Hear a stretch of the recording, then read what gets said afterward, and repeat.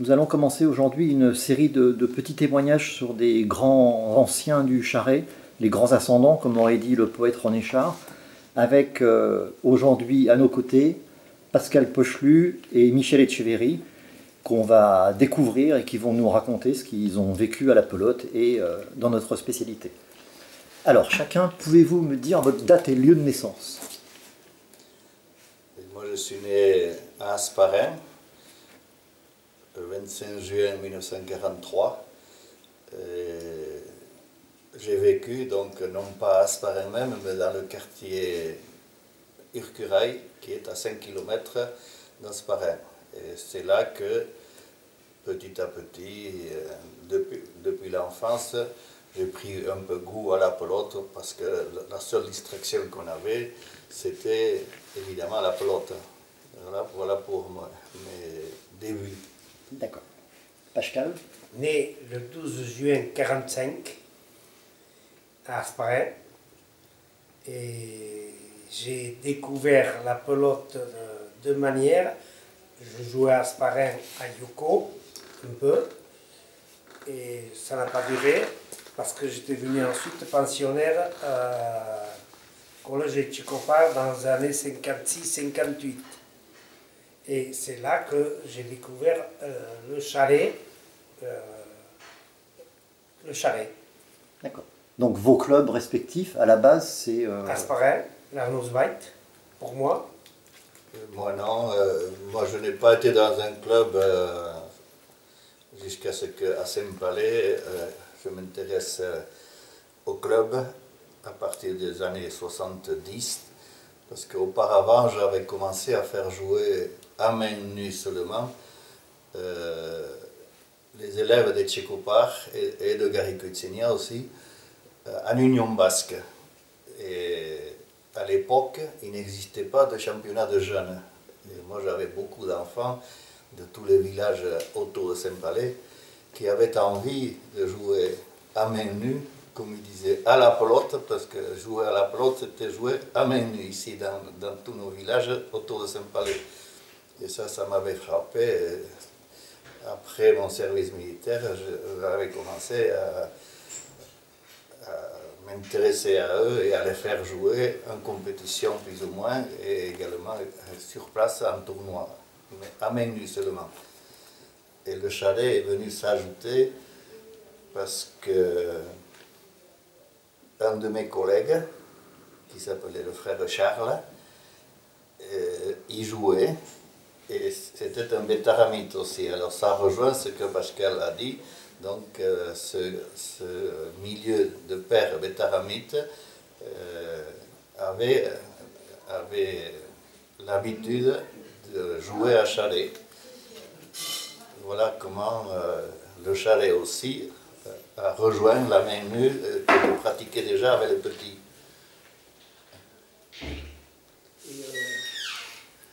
Toi, Pascal?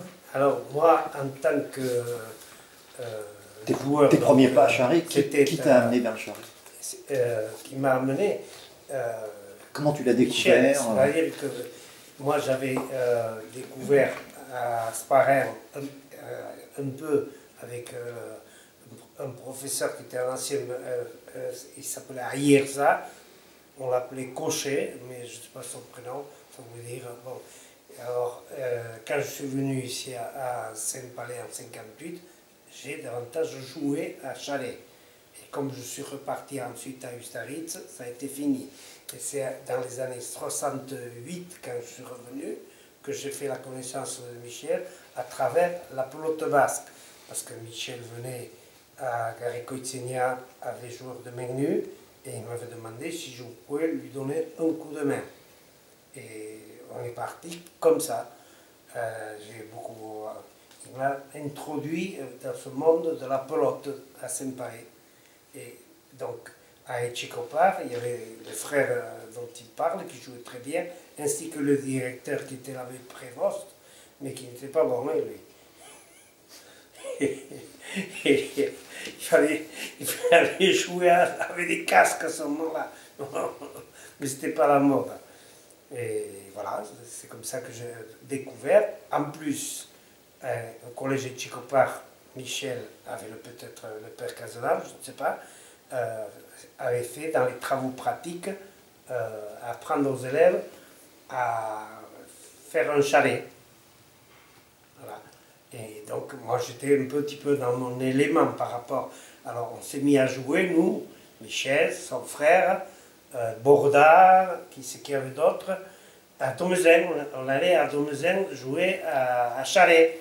Mais notre expérience a tourné court. Dans un mur à gauche?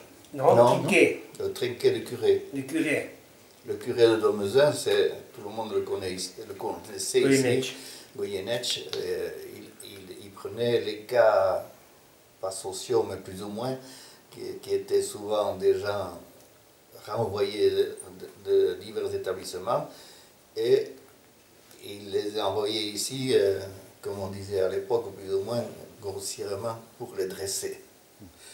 Et c'était une école où il finissait par avoir les diplômes qu'ils venaient chercher, et donc les gens venaient de loin des fois, de toute la côte basque et tout.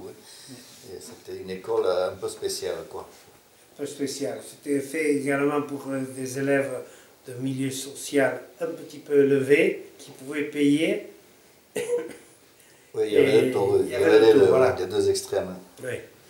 Et alors donc, on s'est mis à jouer. Moi, ici à Saint-Palais, il y avait Sobo, Ourel et Pagola. Et pour s'entraîner, on avait, je ne me rappelle plus quel jour, entre 1 heure et 2 heures où j'étais libre. Et aussi, on s'entraînait là. Et c'est là que je suis venu à la compétition. Et là, à ce moment-là, à Saint-Palais, vous jouez où? Eh bien, on jouait au trinquet de Saint-Gemme. Saint-Gemme. Oui. On pouvait également s'entraîner, tu l'as dans les photos, ils ont appelé ça le trinquet des mixins. C'était, disons, c'était un préau avec un mur à gauche, un mur de face. Et le mur de face à droite, il a le chilo, le banc coupé, et un peu plus loin à droite, c'était un grillage. Alors, on a joué là, on s'est entraîné là.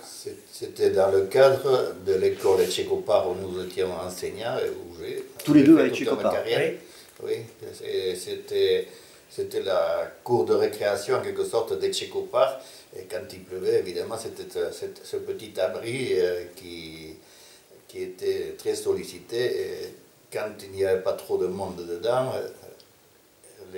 beaucoup d'enfants jouaient à la pelote là. C'était une sorte de petit trinquet déjà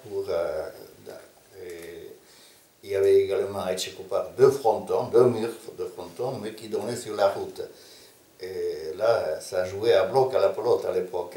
À main nue. À main nue, et donc quand le chalet a été introduit, c'est là que on avait décidé avec le directeur de l'époque, qui était le père Cazenave, Jounès Ariile, qui savait faire des chalets. On avait décidé de fabriquer les chalets nous-mêmes et également la pelote. On faisait des pelotes à partir de chambres à air de vélo, qu'on découpait. Oui. C'était vraiment des travaux pratiques, travaux manuels éducatifs, comme on disait. On trouvait que c'était très éducatif. Alors on avait abandonné pratiquement ce que l'on nous demandait de faire, des petites bricoles. Et pendant plusieurs années, j'ai fait fabriquer des pelotes et des chalets à tous les élèves de 6e et de 5e à ce moment-là. C'est-à-dire qu'à un moment, tous les élèves savaient fabriquer des pelotes et des charrets. Alors les plus acharnés à la pelote, on continue à jouer à chalet aussi par la suite, mais ils jouaient également en main nue aussi, sur ces frontons qu'il y avait là, c'était plus commode. Et puis après, quand le chalet a vraiment pris, Pascal était donc à Garrigues-Seigneur comme prof de gym aussi, à Etchekopar aussi un peu plus tard. Et à Garrigues-Seigneur, on avait nos entrées comme on voulait. Il suffisait de dire on a envie de jouer là à tel moment, on y allait. Et les enfants qui jouaient sur le fronton naturellement, étaient contents de jouer à Gary-Cutsignan. Les meilleurs éléments, on les laissait aller à Gary-Cutsignan pour qu'ils apprennent le trinquet en même temps. Parce que là, ils allaient dans un vrai trinquet. Un vrai trinquet, miniature, mais 25 mètres. 25 mètres 25 mètres, mais avec... sans filet du fond. Avec, sans filet du fond. Et, type argentin. Et c'était fermé, c'était une planche. C'était très technique, et là. Mais il ne fallait pas non plus que ce soit des trop gros bras, parce que... C'était des jeunes, des tout jeunes. Le trinquet de Saint-Palais, nous n'y avions pas accès n'importe quand. Lui, en tant que joueur de chalet officiel, en quelque sorte, il jouait pas mal. Mais pour les entraînements des petits, c'était essentiel que pour qu'ils prennent goût, qu'ils aillent dans un trinquet. Donc en fait, vous deux, vous avez formé des dizaines et des dizaines de jeunes à fabriquer les pelotes, les charrets et à jouer. Il y en avait. Moi, davantage à jouer qu'à fabriquer des charrets. Je ne suis pas très adroit manuellement, si on peut dire. Et alors, une anecdote concernant ce qu'il dit là, avec tous ces enfants, dans le car, tu pouvais dire, tiens, celui-ci il va chez les curés, ou chez Etchekopar ou chez les Taramnites. Alors, comment tu sais, tu as vu les bois qu'ils amènent pour fabriquer leur chalet, ça dépassait du cartable. Ils arrivaient avec des bois de 1,50 m à peu près, 1,20 m, 1,50 m, des noisetiers qu'ils allaient cueillir chacun dans son village, et ceux qui avaient vraiment envie d'en faire, ils y allaient, cela. C'est-à-dire ils étaient volontaires. Les noisetiers, à l'époque, on donnait moins de noisettes que de bois pour chalet. Alors Michel a parlé du fronton qui donnait sur la route à Etchekopar, mais on a fait quand même des tournois dans ce fronton, 2 contre 2. Au lieu de jouer en menu, ils jouaient à chalet. Mais c'est sûr que les pelotes étaient montées là, comme on dit, un mou, quoi, par rapport... Et par contre, on a eu des gosses qui faisaient sacrément bien les pelotes. Alors, on leur demandait de récupérer les pelotes de laine de la grand-mère. Alors, ils venaient avec les pelotes de laine, qu'on appelle ça les pneus de vélo, il fallait bien les couper, il fallait surtout pas faire une entaille, parce qu'en tirant, pam! Non, pas les pneus, les chambraires. Les chambraires, pardon. Les chambraires, à l'époque, c'était du vrai caoutchouc, ce n'était pas du caoutchouc synthétique comme maintenant, parce que quand le caoutchouc synthétique est arrivé, c'était fini, ça ne bondit pas, le caoutchouc synthétique. Alors, pour continuer, on a eu un joueur qui est malheureusement décédé, jeune, Bruno Savarotz, qui faisait les chalets, qui faisait les pelotes d'une manière merveilleuse. Vraiment, qui avait le son, le clash, etc. Et comme j'avais quand même, à travers le chalet, quelques, comment dire, Boutiard, Labatte. Le journaliste. Monsieur Gisquette. À Gisquette, voilà. Et alors, qui habitait rue Jules Labatte à Bayonne. Alors, j'avais réussi à le faire venir voir des finales qu'on faisait à ce moment-là au Trinquet Saint-Gemme. On avait exceptionnellement autorisation. Et alors, il avait été émerveillé de voir ça. Il y a des photos que tu retrouveras. Et alors, il nous avait fait une espèce de publicité, M. Gisquet. Un article dans des articles qu'il écrivait le jeudi dans Sud-Ouest à l'époque. Voilà. Oui, d'une cancha à l'autre. Oui. Mais il avait l'habitude de venir également à Gary-Cutsignan. On faisait chaque année un tournoi avec tous les joueurs du coin qui avaient envie de jouer en 3 catégories. Et officialisation, le dimanche ou le lundi de Pâques, Monsieur Lagisquet était là et donc il connaissait déjà nos antécédents à la pelote, quoi. Et tous ces jeunes ont continué Il y en a qui sont allés loin, oui. Oui. il avait de bonnes Gagné à recrues. Saint-Palais, Deschard, Bourcade, François, qui a eu Labatt, les Labatt, les frères Labatt, ensuite les Foy de Bidache. Bidache. Après, qu'est-ce que... On avait des élèves qui venaient de la région de Bidache aussi à l'époque, en pension à Garrigou-de-Seigneur justement. Et donc ça s'était étendu plus que le canton de Saint-Palais finalement. En fait, à partir de Saint-Palais, le Charret rayonnait dans tout le... De plus en plus, il y en avait à Salis aussi, qui est vers... qui a été formé ici. Oui, oui, certains Dubosc, le fils de oui, Dubosc. jouaient à Salis, et Salis demandait également les meilleurs joueurs de Charret à cette époque-là, au mur à gauche de Salis, Saint-Martin, quartier Saint-Martin. Mais c'était avec un objectif, avec Michel Etchemendi qui a s'occupé du chalet de Guétari, qui était à la fédération. On avait les premières rencontres, je reviendrai après là-dessus, avec les Espagnols, parce que Michel a montré aux Espagnols aussi comment faire les chalets pendant les vacances d'été, parce qu'on faisait une colonie d'Espagnols à Garrigou-de-Seigneur pendant un mois. Ils venaient pour apprendre le français. Ils venaient pour apprendre le français et en même temps, moi je m'étais dit, voilà une activité qu'on peut leur montrer pour que les Espagnols se mettent davantage au chalet. C'était des Navarrais, des Oui, Navarrais. Guipuscoa, Navarre, Oui, Biscaye, il y en a. Donc il y a un lien avec Ametsa, à Iloula ou... Ouais. Ici, là, quand tu pars vers Pampelune, par Arnegui et tout ça, il y a un mur à gauche, sur la hauteur, ils ont fait le Boschkidol. J'ai oublié le nom de... Mesquiris. Mesquiris. Alors on avait un élève de Mesquiris, quand son père qui s'occupait de pelote avait vu ça, et il avait été émerveillé, et il était venu me voir, et on a établi des relations donc avec des écoles de pelote, et également avec les seniors de Iloula, où on jouait sous le portique de l'église. Oui, avant Trinquet. Avant le trinquet, il n'y a pas de trinquet à ce moment-là. Ils avaient une sorte de mur à gauche, un peu dans le genre de ce qu'on avait nous à Garrigou-de-Seigneur, à Tchécopar, dont on parlait tout à l'heure. Un préau à la sortie de l'église.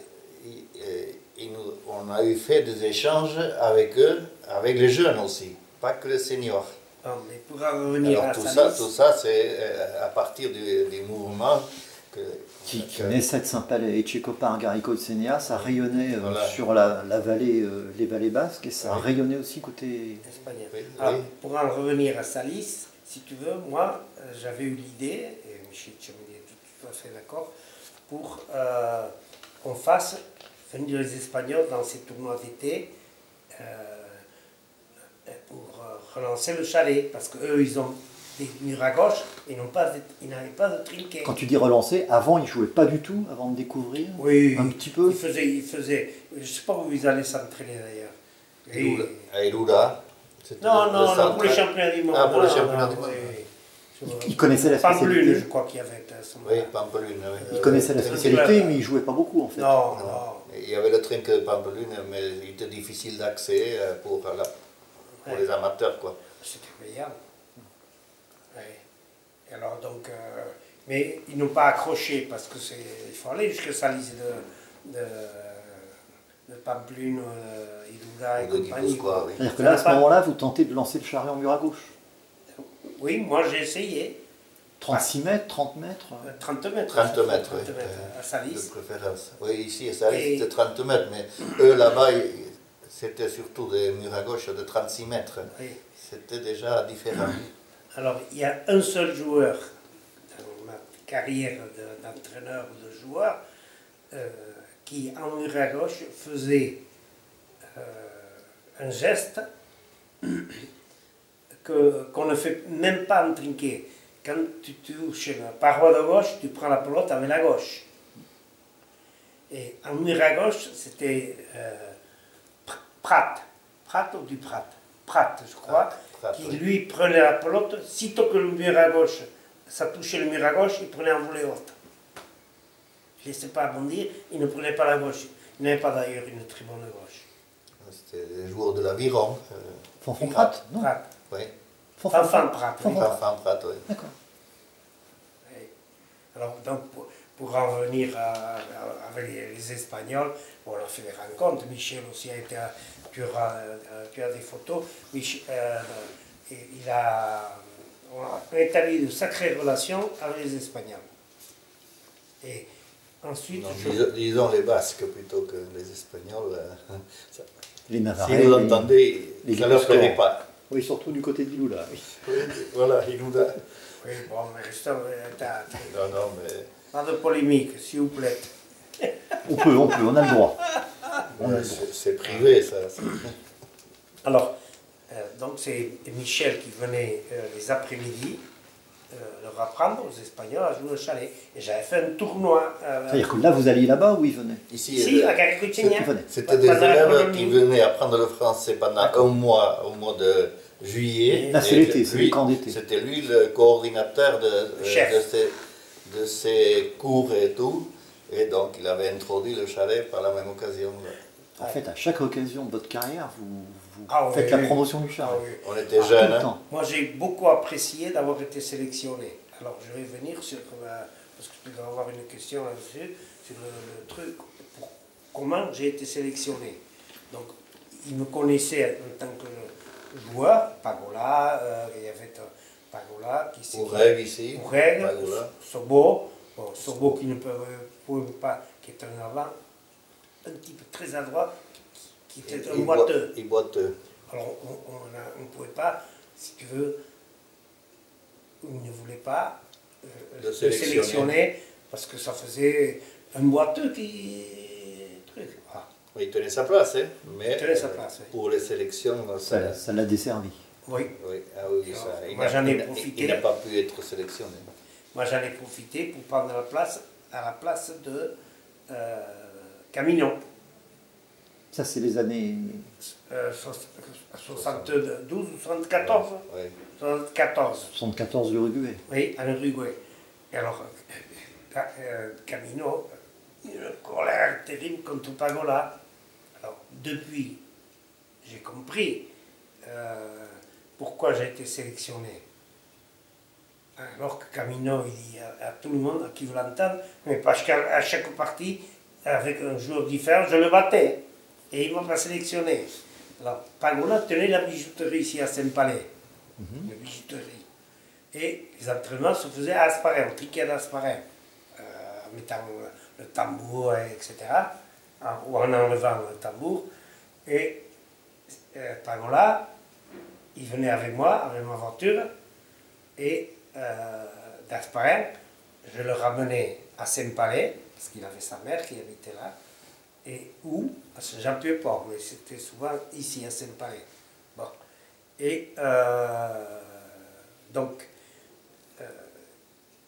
un an après, on apprend que les joueurs qui ont participé aux championnats du monde vont toucher quelque chose, ou ont touché quelque chose.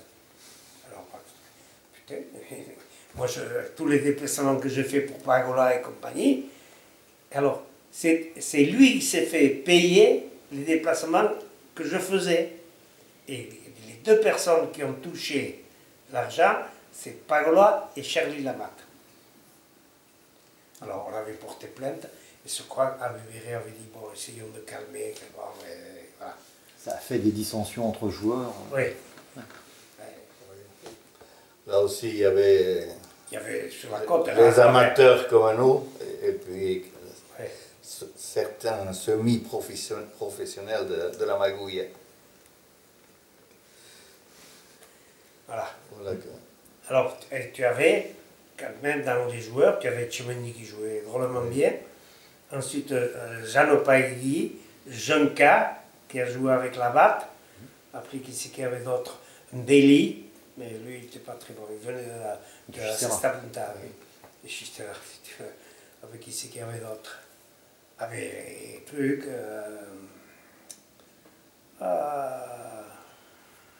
Pagola. Non, ceux de Pagola. ce Jean de Luz,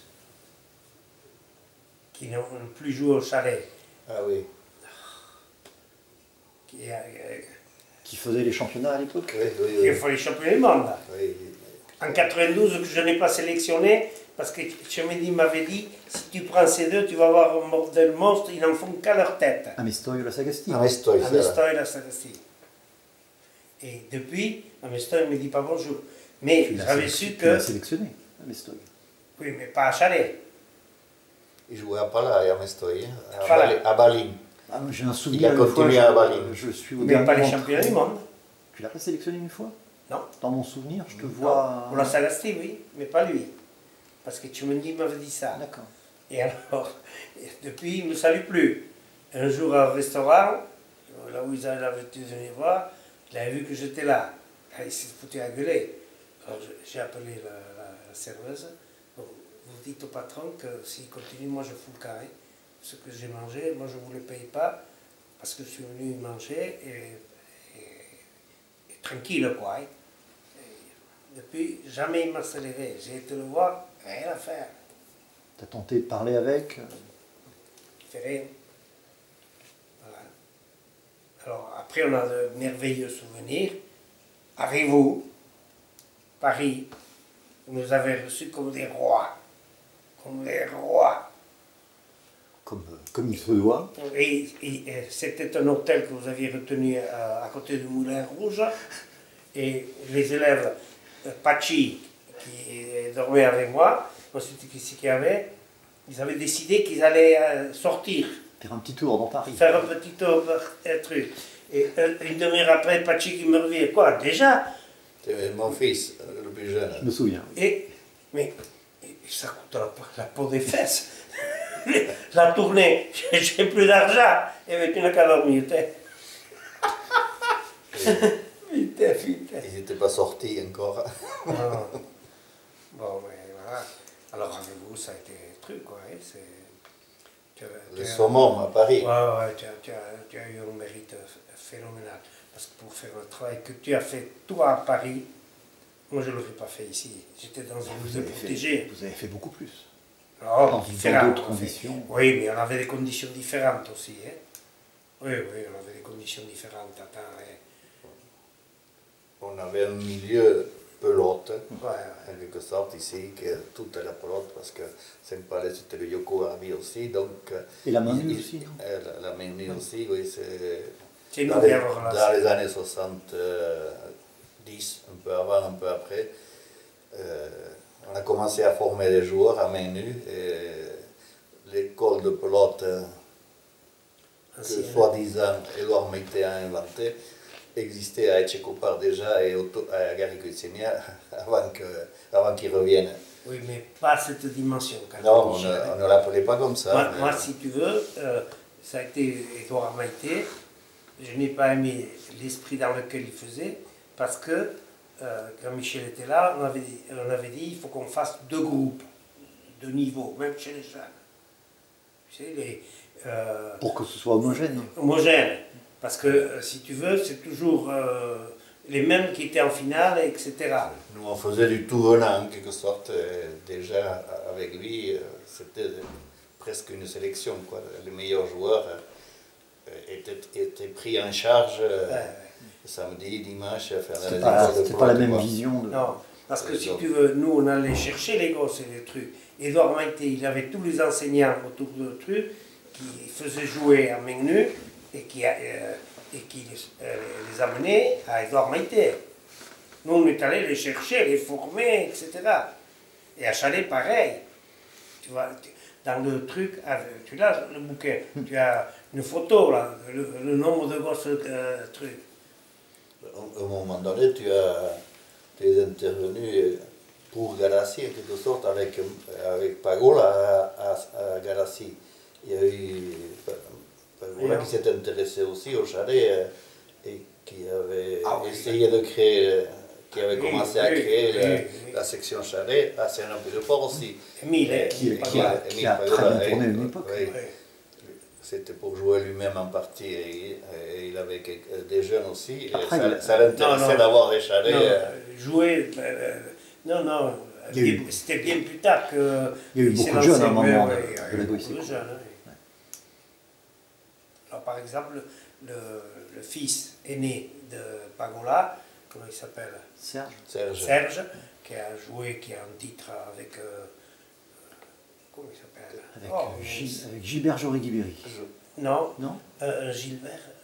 Ah, champion de France, oui. Il a été champion du monde aussi. Et alors, il avait pris l'habitude